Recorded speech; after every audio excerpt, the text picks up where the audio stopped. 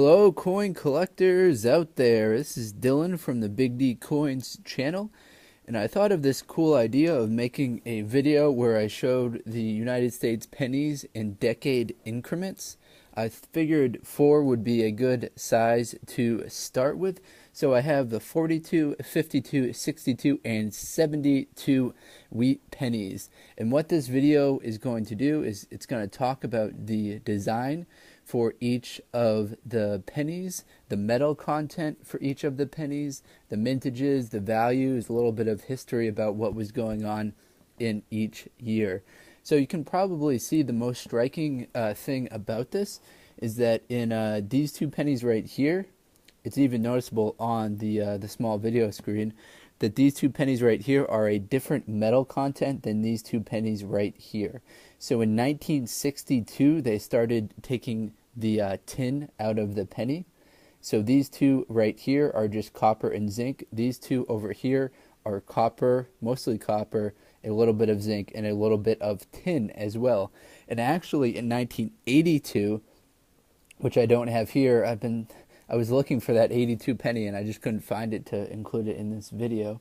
But in 82, they actually changed the metal content again. So they changed the metal content in 62 and 82. In 82, they took almost all of the copper out of the penny to reduce the cost. So in 82, it's even more zinc than what you see in these two pennies right here. Also, most notable about these two pennies that's different than these two is that these two are wheat backs, which we'll get into, and these two are the Lincoln Memorial backs. So let's move some of these aside so we can get a close-up look at the 1942 wheat penny. Flip it over. Here's the wheat back, as you would expect. So the wheat back pennies were made from way back in 1909 to 1958. So those are worth, obviously the face value is 1 cent, but they're generally, what I've seen, worth at least 5 cents. If you can get them in a big bundle and then sell them as a lot, they'll be worth a little bit more value than trying to sell each one of them individually. Some people leave comments on my channel saying, hey, I've got this wheat penny, what should I do with it? Unfortunately, one wheat penny itself isn't really worth the hassle of trying to sell. My advice, if you have a collection of wheat pennies that you want to sell, is indeed that build up the collection, put them in a lot of 10, 50, 100 wheat pennies, and then sell that. So that volume will make it worth it for someone to buy. So in 1942, there were 657 million produced at the Philadelphia Mint, 206 million at the Denver, 85 million at the San Francisco. Also going on in 1942, FDR was the president, and World War II was currently ongoing.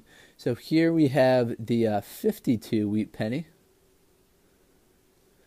Nothing special going on the obverse of the coin. It's always a good idea, if you have time and you have a coin that's in great shape, to look for errors. Sometimes you'll see die cast errors where there's like a crack in the die. Sometimes you'll see a double die on the letters.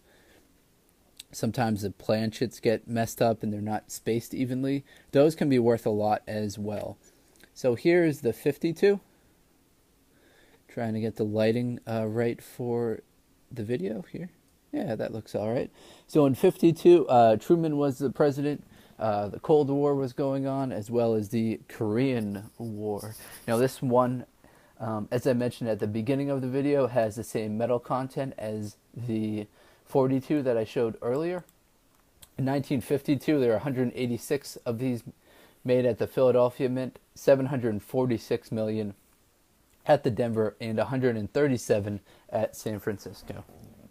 So it's a little different that they that year they produced a lot more at the at the Denver Mint than they did at the Philadelphia Mint. You don't see that very often. So here's for comparison. We're switching decades right here.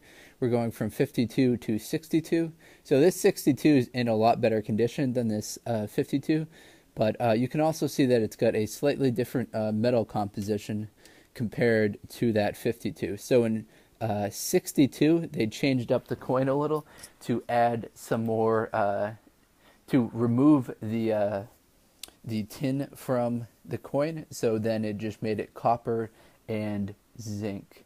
So in 62, that was the metal composition change. And in 59, they changed the reverse. So the reverse on the wheatback, on the penny, went from being the wheatback to the Lincoln Memorial back. So that changed in 59, and then the metal content changed in 62.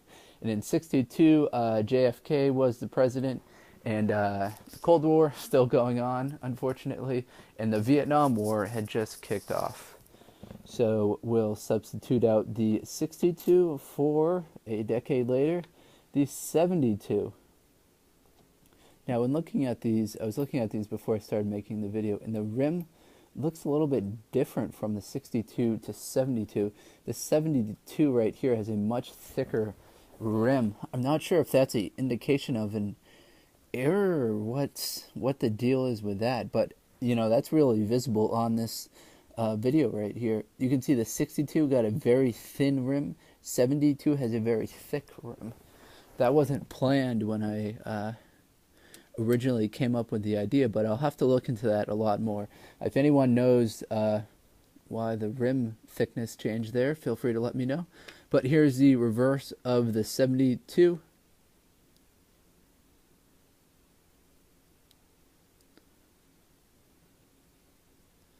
So it's a nice looking reverse here. It's got the Lincoln Memorial on the reverse. And as I said, the next metal content actually changed in 82. So keep your eyes out for the 82 penny as well. So in 72, Richard Nixon was the president.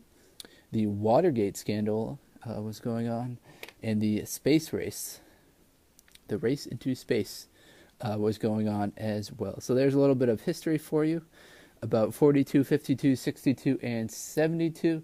And here are the coins that we looked at.